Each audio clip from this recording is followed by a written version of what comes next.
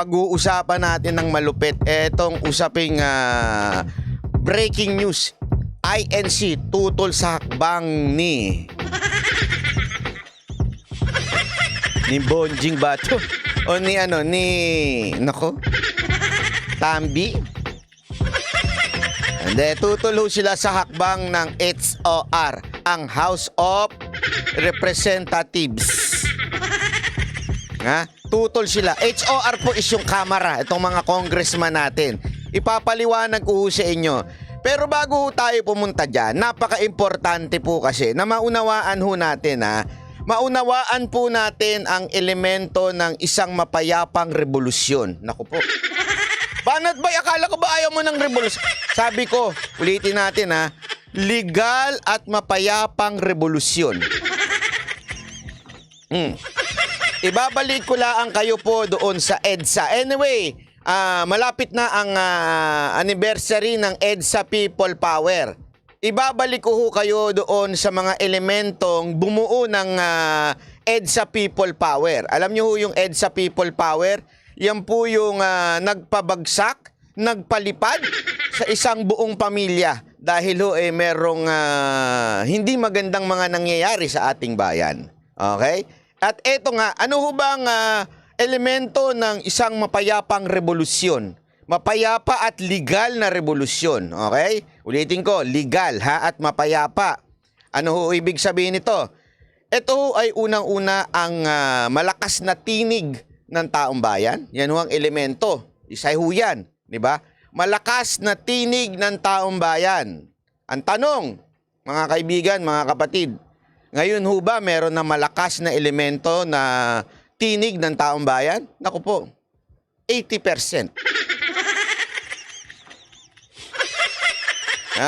Meron ngayon. Bakit ko nasabi? Alam naman natin ang ratings ni Pangulong Duterte, di ba?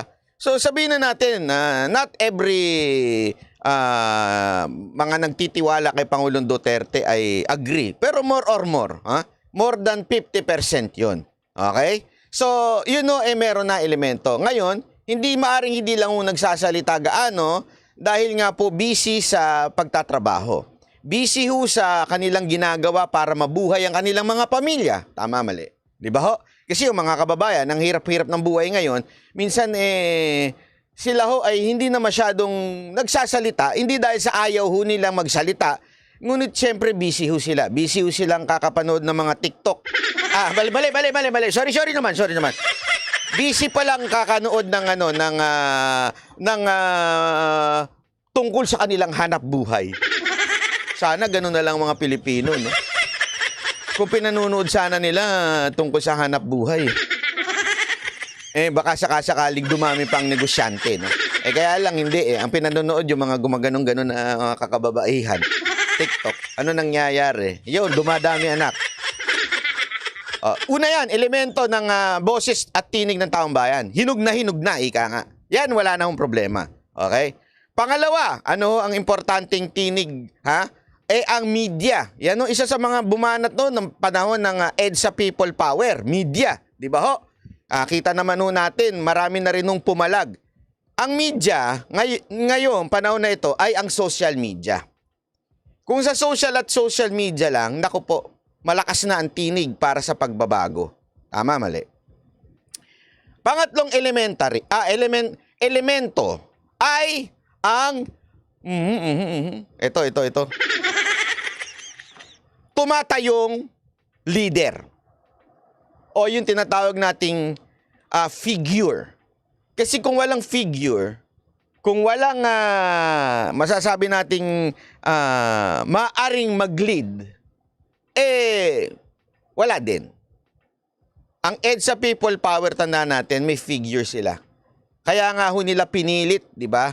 Etong si Cory. Kasi at that time, kakarali na ng figure, kaya pinilit nila. Actually kasi ang talagang figure noon ay si Ninoy. Kaya lang nung nategi nga, pinilit nila si Cory na tumayo. Nung tumayo si Cory, yon sumunod. Ngayon po, meron tayong elemento ng figure. Sino yun? Una-una si VP Sara Duterte. Alam natin, if something happens, medyo nandun tayo sa magandang kalalagyan. Kasi kung ang figure at ang susunod, si Subiri, o di kaya si Romualdez, siyempre mas gugustuhin na lang nila yung hindi ho magkaroon ng palitan. Tama, mali. Pero since nandyan ho si Pangulong Rodrigo Roa Duterte at si BP Sara, may figure na ho. So tatlo na ho yung kumpletong elemento. Okay? Pang-apat na elemento, ito ho yung hindi pa ho maaaring nagmagsalita ngayon. Ito ho usually ang pinakahuli. Pero ginawa ko lang pang-apat. Kasi para yung pang-lima, ito yung ikikwento ko sa inyo. Yung pang-apat po, okay, yan po ang ating mga tagapagtanggol ng ating konstitusyon. And remember, Article 1 of our Constitution. Ano ho yun, di ba?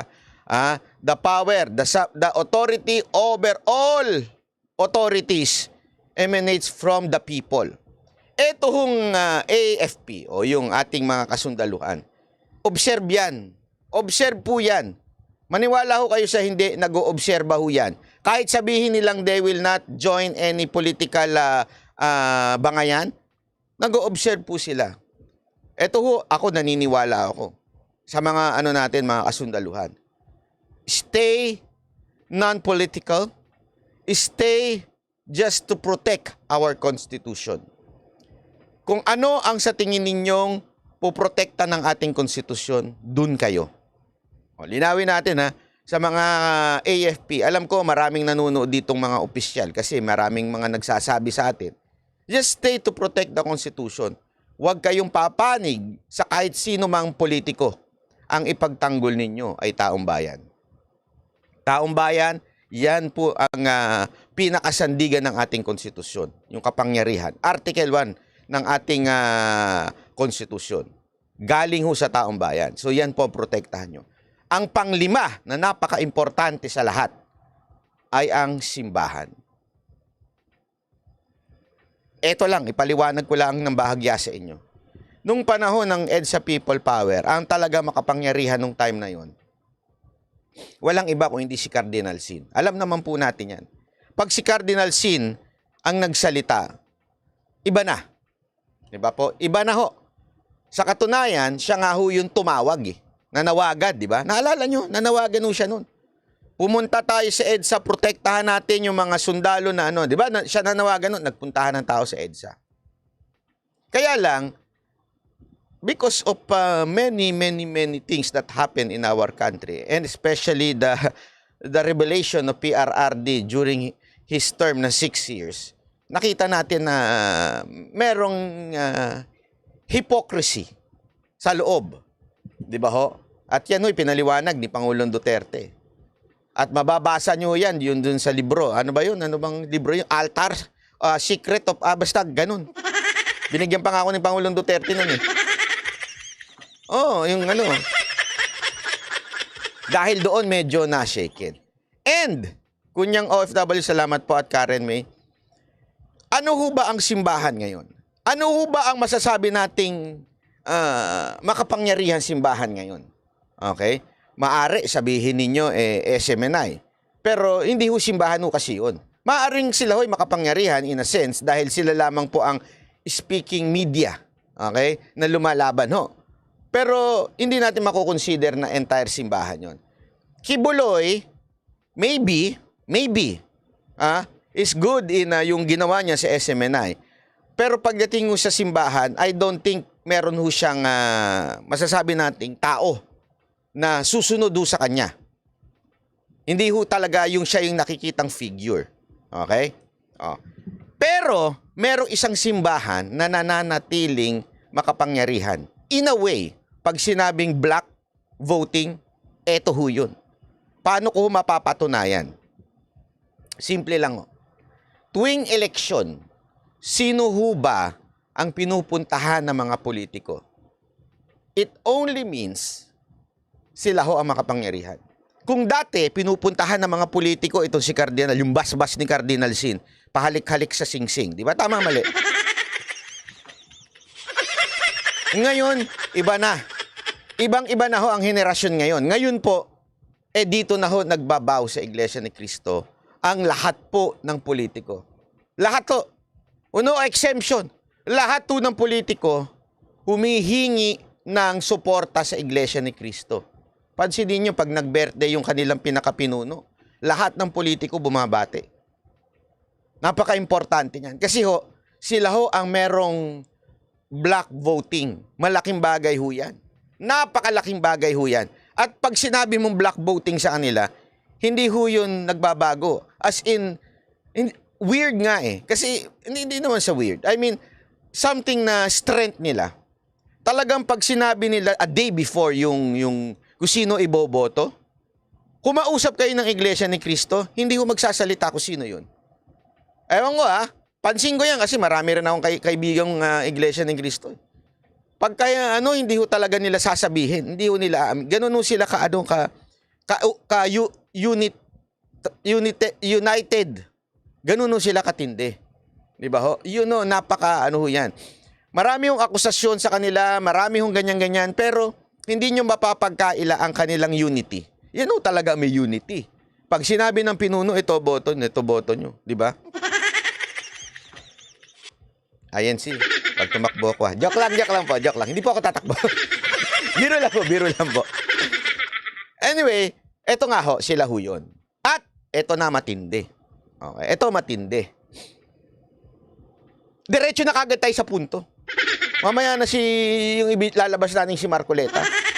Kasi eto hong INC, kagabi nakatanggap ako ng tawag. Sa isang kaibigang opisyales na aking pinagkakatiwalaan. Ipagkakatiwala ko ang aking buhay dito sa tao na ito. As in, ganun ko siya. Para ko na itong mentor, tatay, although mas mukha ako matanda.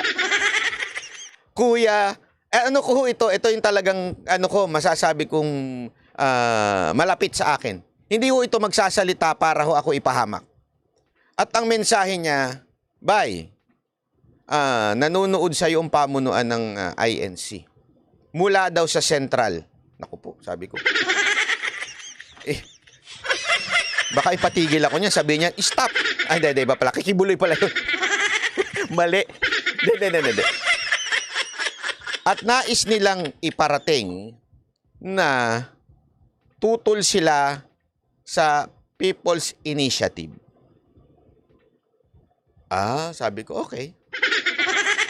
Bakit nila nais iparating? Sabi, at gusto nilang mabanggit mo ito sa iyong live. Sabi ko, okay, sige. No problem, kasi galing naman po sa kanila eh. At sabihin ko daw, A1 information ito. A1 information galing sa central office ng INC. Ito pa. Ang sabi nga, challenge mo yung mga kababayan natin na nasa kapatiran ng INC. Alam nila yan. Sa pamunuan na tutol sa hakbang na ginagawa ng House of Representatives. Which is etong pirma. Tutol sila. Ang tanong ko kaagad, bakit ako? Ang dami-dami naman po dyan. Pwede naman nila ilabas yan sa mainstream media. Para baka sabihin nila, nagpe-fake news ako dito. Ayoko yan, sabi ko. Baka madali ko dyan. Ang problema, nilabas na pala ho nila ito. Pero hindi pinipick up ng mainstream media. Mukhang pinapatay yung istorya. Ganun katindi. Kaya nga, lumalapit na sa'yo para lumabas sa iyong channel. Abay, pambira. Hindi, alam niyo ho ba, iyan ang isa sa dahilan kung bakit hindi ho ako nakapag-live kagabi. Siyempre, iniisip ko na maigi. Alam mo yun, nag-iisip ako na maigi. Habang nag-iisip ako na maigi, nakatulog ako. Yung pala yun. Dami mong palusot, banat ba?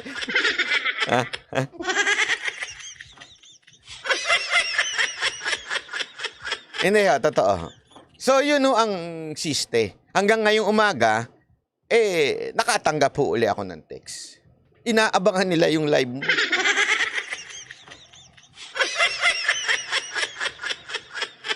Ito ho, nag-live po ako.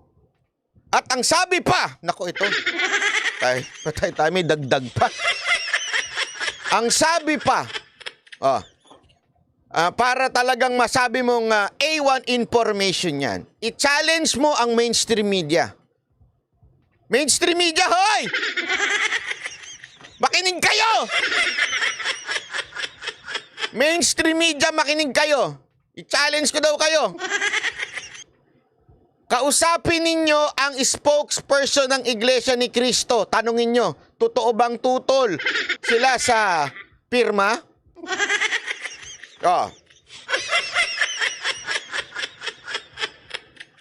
I-challenge ko daw. Sige. Mainstream media, ha?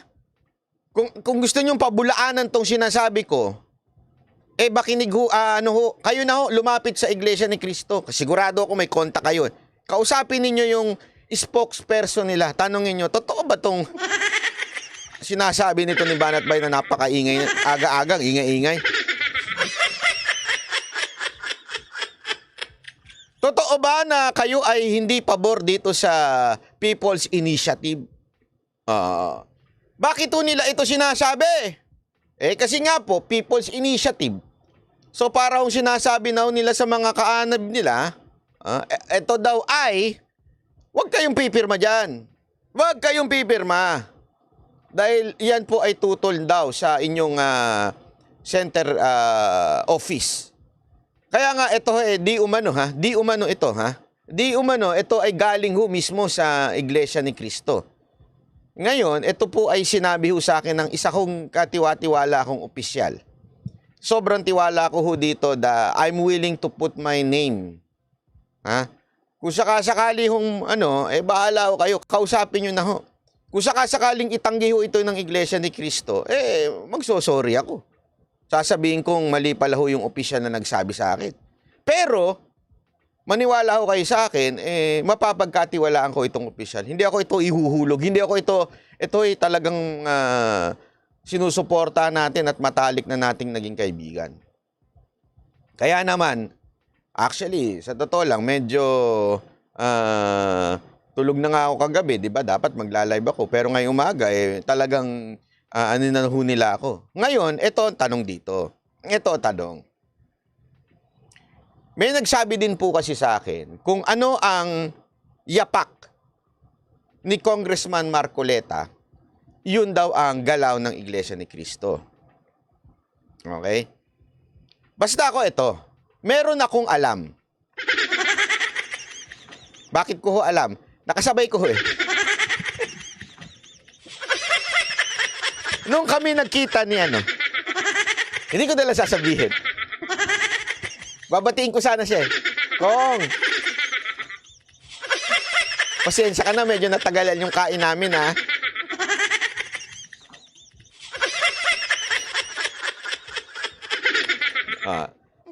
Read between the lines. Okay? So, hindi ho yung kwento na ako mismo nakakita Si Coach Oli, si Boss Dada, nakita nila Okay? Boss Dada, huwag kayo madulas-dulas sa mga pasmado niyong bibig Sana hindi ka masunog. Kaya nga actually ako ito rin Dilabas ko ito, okay? To trigger the mainstream media and to tell them, huy, interview nyo nga ang spokesperson ng Iglesia ni Cristo. Kasi ito ang pinarating sa akin Ito ang sinabi sa akin na iparating ko sa taong bayan. Iparating ko daw sa taong bayan ito, sa kanila galing. Kaya nga, I dare you, tanungin nyo sila. Di ba? Tanungin nyo yung spokesperson nila. Pag dininay nila, bahala ho kayo. Tingnan natin. Di ba? Akin kaya nga, tinitrigger ko, ito, sabi ko sa inyo, ito ho ang sinabi sa akin. Di umano, ito ang kanilang posisyon. Di ba? Ito nga ang tanong dito. Marcoleta, ako po, matagal nang sumusuporta sa inyo, noon pa. Pero may problema ho tayo. Bakit ho, Congressman Marcoleta? Kasi meron ho kayong sinabi. Ito ho yung sinabi nyo. This congressional hearing ultimately found that the Speaker is the one who spearheaded this or funded this initiative, I will probably request him to step down. Oh, alina ho. If this investigation will find out na siya, si Speaker Romualdez, ang nagpondo o siya ang nag-initiate, actually sinabi niya nga dito, nag-initiate, I'll politely ask him to step down. Congressman Marcoleta, hinahangaan ka na makaramihang na mga Duterte supporter nun, even mga tansu nun, hinahangaan ka. Sa katunayan, pinili ka ni Pangulong Duterte. Ha? At the same time, alam ko, nung panahon ng unity, parang umatras ka lang or something like that. Di ba? Pero, this time, maniningil ang taong bayan sa'yo. Kasi itong hearing na to, ito yung unang hearing na medyo nagre-reklamo siya na parang, sandali, bakit nyo tinatarget si Speaker Romualdez na siya ang nag-initiate? Pero pag nalaman ko, I will ask him politely to step down bilang Speaker of the House. O, punta tayo ngayon dito. Sinong una nating aalamin? Kung involved ba si Speaker?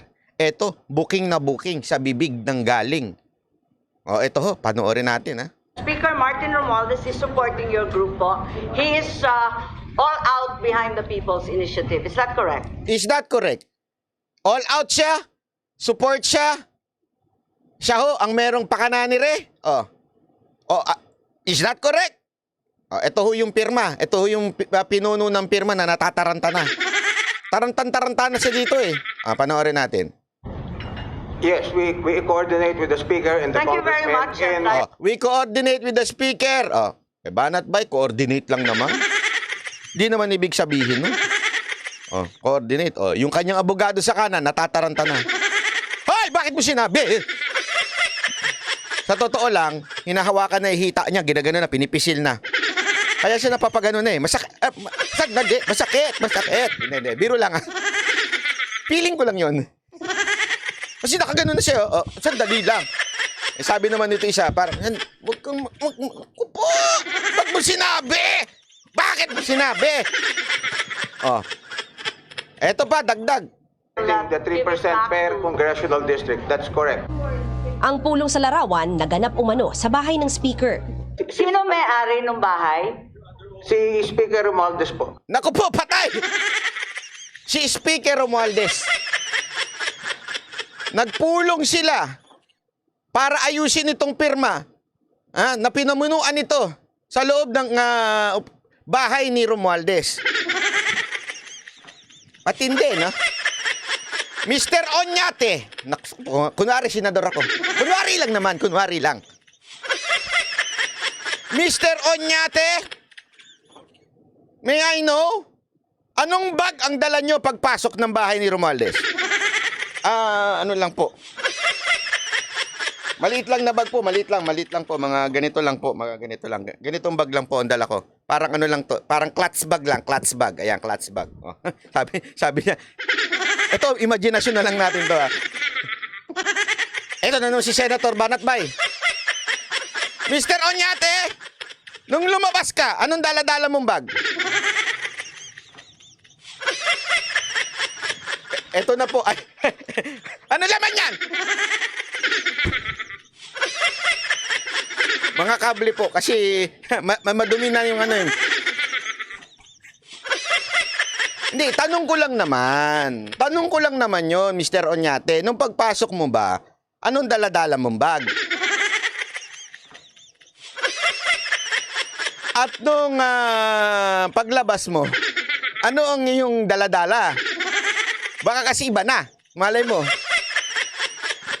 Kayo naman, ang dumi ng isip ninyo. Malay mo, may dala-dala siyang prutas, di ba? Malay mo, paglabas, ito, uwi na kayo ng mga prutas dito, kaya uwi nyo na itong crispy patang natira ko kagabi. Alam mo naman si Speaker, medyo, ito, yung ano namin, yung lechon namin na isang linggo na. Ginawa na namin ano ba yun? Yung, ano ba itong lechon na pagka nagluto ka, nagpalitsyon ka, tapos kinabukasan, buong linggo yun ang kakainin nyo. Yun, malay mo yun ang pinauwi. Di ba? Tuloy natin. Ito pa. Bahay ni Speaker Romualdez, ganon. So, ang naging Yan host Ayaw, lechong paksiw.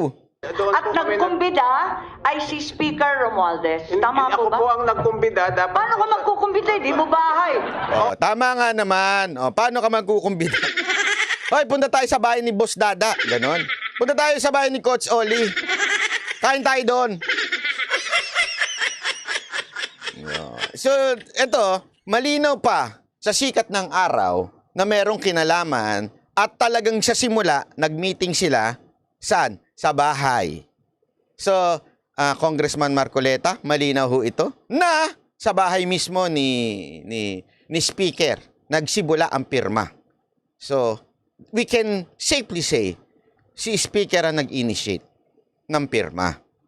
Pero ngunit tatapot subalit. Ay, ano yun? Banat ba? Meron silang lusot. Si Abad. Kervin Channel Japan 5, salamat po. Sabi nila, si Abad po kasi talaga eh. Siya po yung pumirma sa mga dokumento eh. Inek Alert, salamat po. So si Abad, sino ba itong Abad? Si Attorney Abad. Oh, okay, punta tayo kay Attorney Abad. Oh, ayan, si Attorney Abad. Oh, si Attorney Abad naman. Okay, si Attorney Abad, sabi niya. Ito sabi niya, panoorin niyo. For the BI. Saan? Sino ho nag-craft tong draft? Si Congressman, or sorry, Attorney Garbin. Okay. Madam Chair, did we invite Attorney Garbin for this hearing? Si Attorney Garbin, because apparently Yes, Attorney Garbin was invited. Pakinggan nyo kasi maganda ipariksto ng pinag-uusapan nila. He actually attended the first hearing. because parang lumalabas siya pala yung nag-craft netong tanong. Well, he drafted it. Siya rin ba nagpa-imprenta? Kasi ang sabi niya noon, draft, talagang tumulong lang siya at saka nag-distribute. Wala siyang sinasabi kung sino Kasi siya ang nagpirma eh. Doon sa pinapapirmahan. Di umano ha. nag-imprenta. Di daw niya alam. Pagkaalam ko, wala siyang sinasabi doon kasi hindi niya alam. Sino nakakaalam sa pag-imprenta nito? Nalilito ako.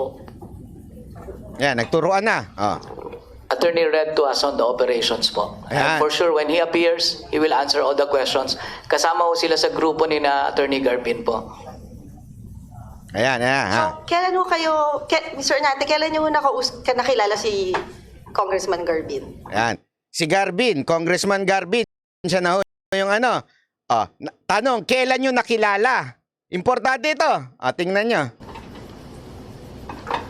Your Honor, I mentioned during the last hearing when Mr. Oñate engaged our firm to proceed with this project of a People's Initiative.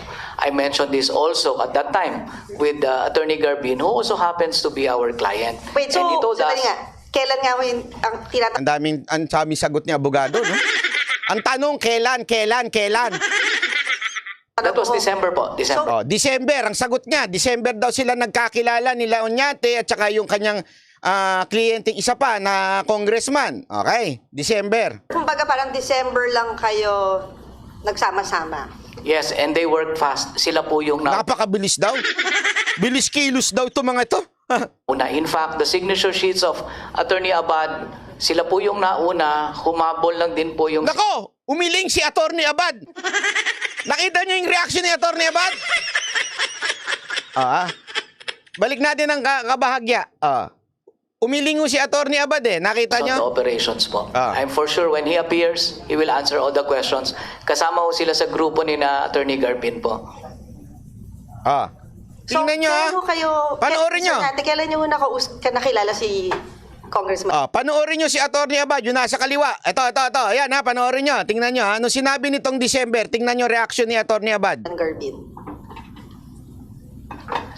Your Honor, I mentioned during the last hearing, Ang daming kasing sinasabi pa nito. Mr. Isang Oñate tanong, isang engaged sagot our lang. firm to proceed with this project of a People's Initiative. Objection, I mentioned Your this Honor! also at that time with Attorney Garbin, who also happens to be our client. Wait, so, And he told us, sandali nga. Kailan? Kailan nga ho yung ang tinatanong that was ko? December po, So, December. kumbaga parang December lang kayo nagsama-sama.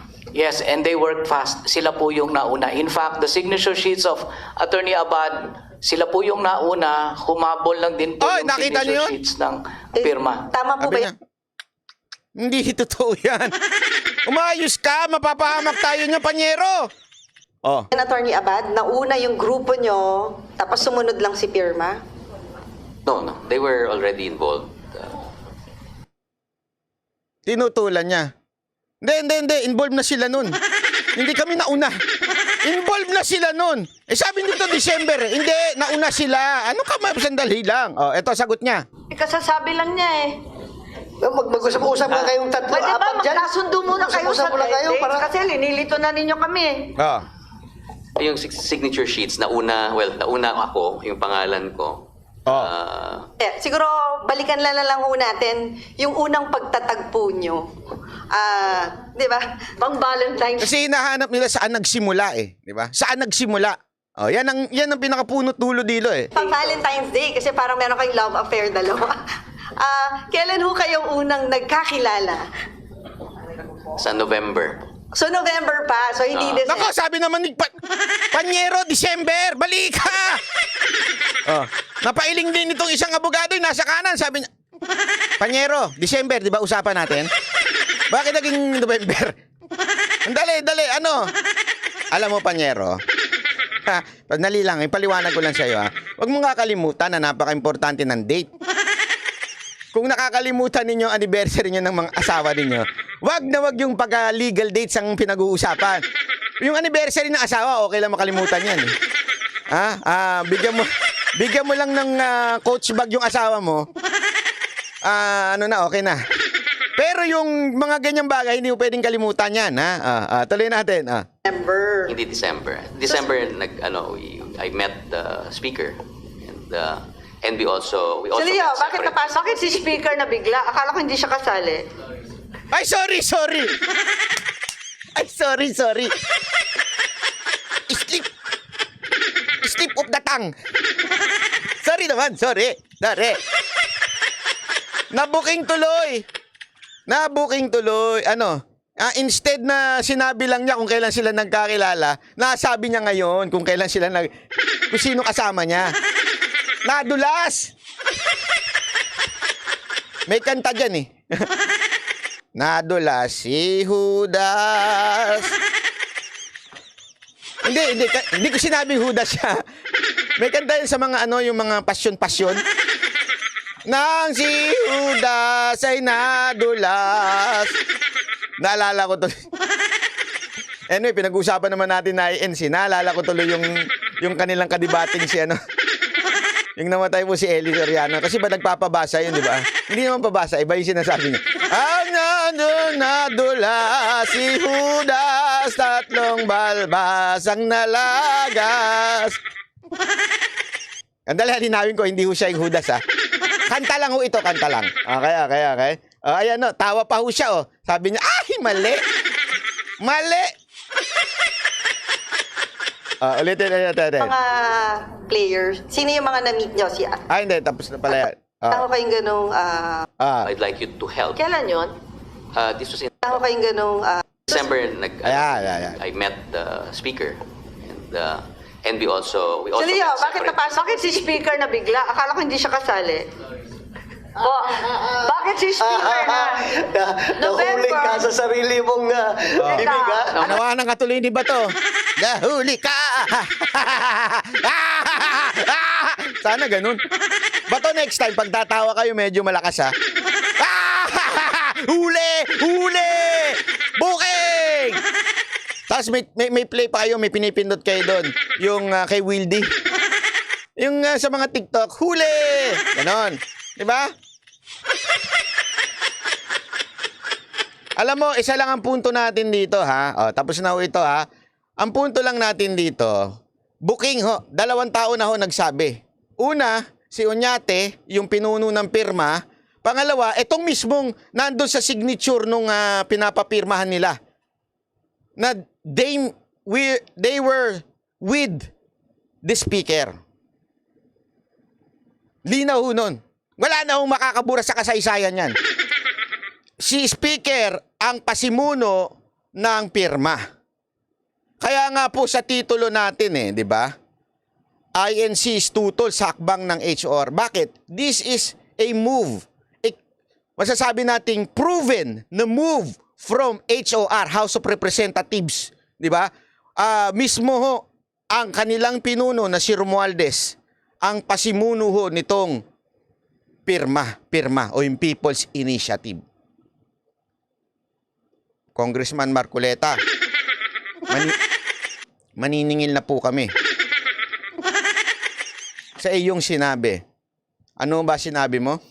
This congressional hearing ultimately found that the Speaker is the one who spearheaded this or funded this initiative.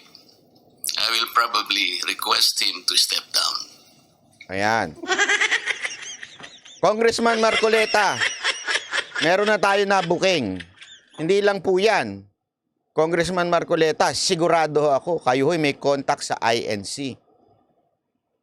Okay? Siguro, itanong ho ninyo. Kung sa tingin nyo, talagang medyo mali po ako. Sige ho, aamin po ako, nagkamali ako dahil yung source ko medyo sinunog ako. Pero, kung totoo po, simple lang gawin nyo.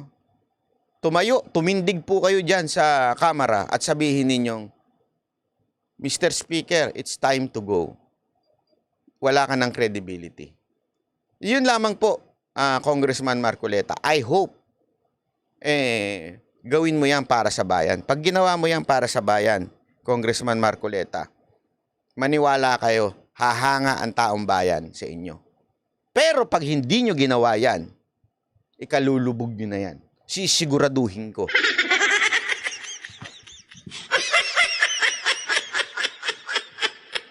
Hindi, bakit to? Bakit to ikalulubog? Kasi, literal ho Literal ho na sinasabi nyo ngayon na hindi totoo yung sinasabi nyo. Kasi ayan na ho, nalaman na ho.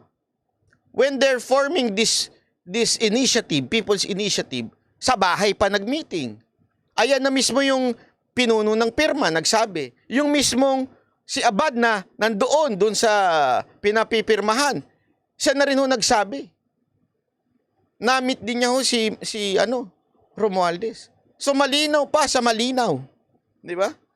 Talaga ho. Kaya Congressman Marcoleta, yan po ang hamon ng taong bayan. Hindi ko lang ako. Taong bayan ho umahamon sa inyo. Manindigan ho nga ho kayo dyan sa house. Kasi, ewan ko ewan ko lang. Kung malakas ang loob ninyo. Kasi ako, marami na tayo nakitang malakas ang loob na hinamon na mag-step down si Speaker. Nandyan na ho, una-una, si Tebes ang una dyan. Oh, di ba? Pangalawa ho, si Congressman Pulong, nagsalita na rin. Oh. Kayo ho, magsasalita ho ba kayo? O takot kayo matang